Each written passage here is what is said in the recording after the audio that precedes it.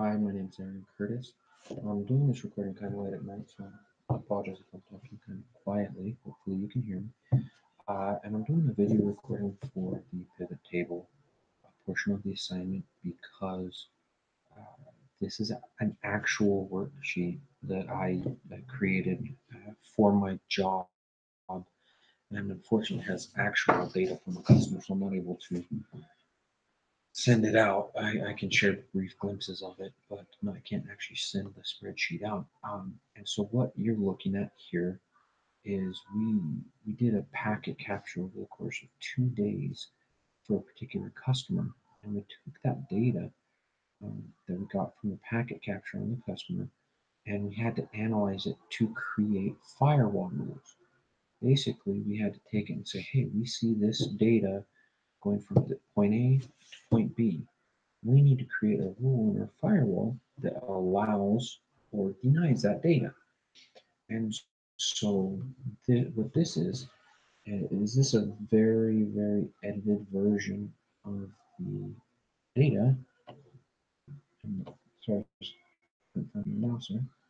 Um, that the initial spreadsheets of the packet capture were anywhere from 500,000 rows to over 3 million rows. And so we couldn't actually use Excel for editing a lot of these files initially because they were so large. Excel has a maximum row count of, I believe it's 1.1 million, something like that. And so our Excel files were in the 50 to 200 megabyte files when we finally were able to pare them down using other methods. So when I got them in here, I had to use methods to pare it down even further. And this spreadsheet only is, I want to say, 3,000 lines long. It's not bad at all. Then what I did is, getting back to the point of pivot tables, I just want to share that previous portion so you know what this data set is. I wanted to explain it a little bit more. This column is just the protocols. And in this spreadsheet, all you're going to have is the HTTP protocol going over port 80. What is this? This is a source IP. This is the destination IP, source port, destination port. Columns C, D, G, and H.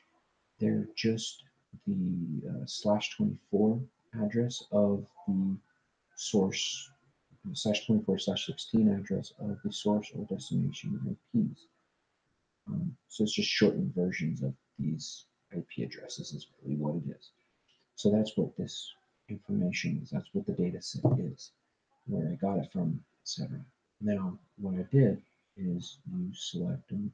Oh, we did have to add the headers. We didn't have headers, and that's a hint I'll give you. It's kind of difficult to create a good pivot table if you don't have headers. So I highly suggest it. So then you select all the rows of the data you have, click pivot table, and then it goes through creating a pivot table. And click OK, and then you create the pivot table. And no, pivot tables do not come out all colored bright and beautiful like this.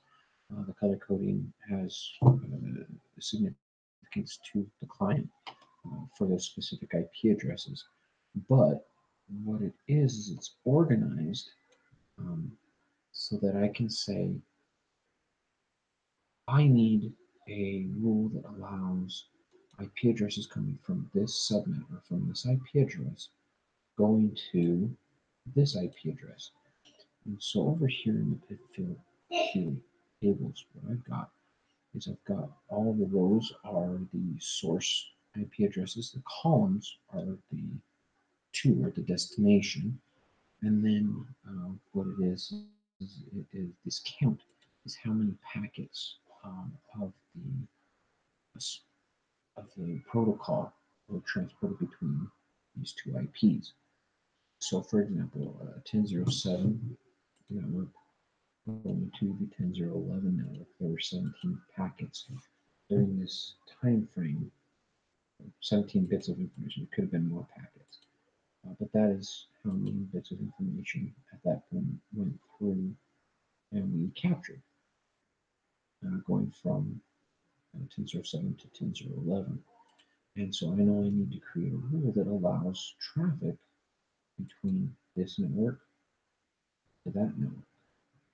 Now, there are two ways of doing this. When I showed you the data set, you can see that we have the actual, the full IP address, then the /24, which is a slightly shortened version, and then the /16, which is just half of this network. And so what I did is I created a pivot table based off of both the /24 and the /16. And the reason for that is because with the /16, for example, you look at it, it's a much simpler table. Also, I didn't do this, but come on. So I'll remove the blank later. It's kind of a pain, but not that bad. But it's a much simpler table. However, it's for when you're talking about firewalls saying, hey, I need to get from here to here, these are much broader rules. And so the purpose of the firewall is to protect a company um, from outside scares, for example. So I, the broader the rule when you're talking about security is not always the best, but that's what this is. And so you can see it's just much different. And /24, you can see how much it's all the same data. It's just presented different. It's much more spread out. And um, that's what you've got here.